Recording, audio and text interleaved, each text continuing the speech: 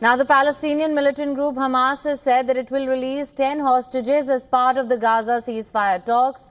The statement comes after 4 days of indirect talks brokered by Qatar. Hamas said key hurdles remain in the talks, notably the free flow of aid into Gaza, Israeli military withdrawal from the territory, and real guarantees for a lasting peace. But it displayed flexibility and agreed to release 10 hostages. Meanwhile, US President Donald Trump has said that there's a very good chance of a ceasefire in Gaza this week or the next. Well, we're talking about Gaza for the most part. I think we have a chance this week or next week.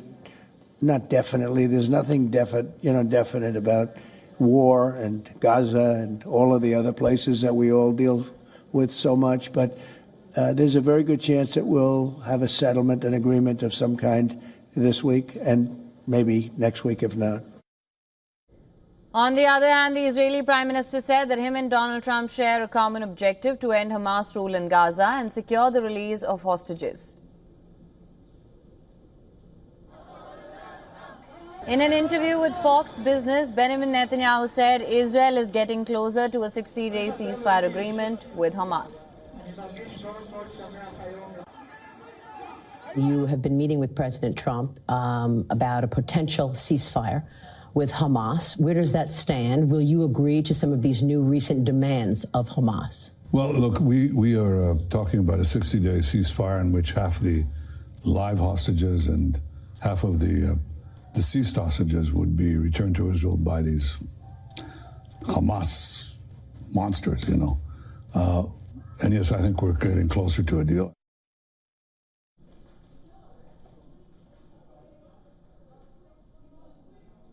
Of 251 hostages seized during the assault on Israeli border communities near Gaza, 49 are still held in the territory, including 27, the Israeli military says, are dead. Furthermore, Israeli army says Chief Ayal Zamir said that military action prepared the ground for a hostage release deal in Gaza.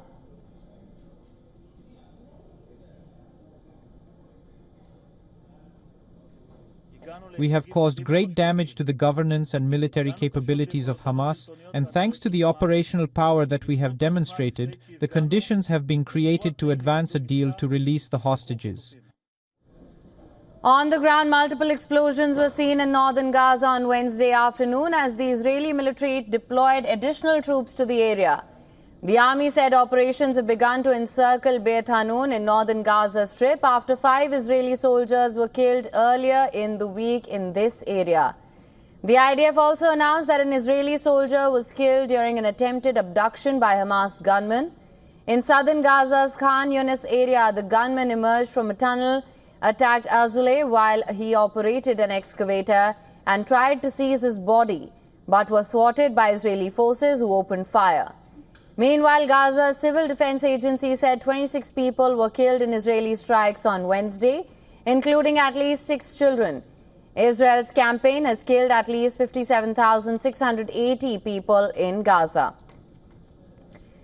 For more on the story, our correspondent Susan Tehrani has sent us this report. Listen to this.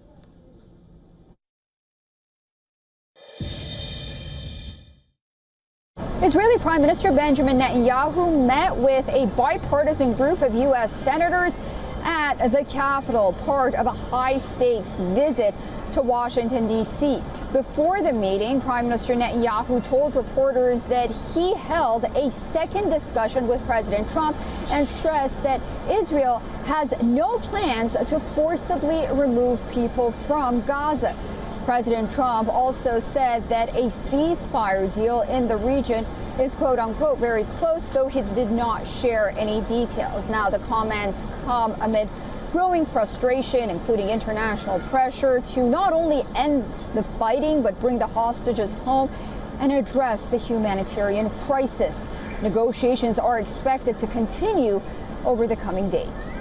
Susan Tehrani reporting from New York for WION World This One.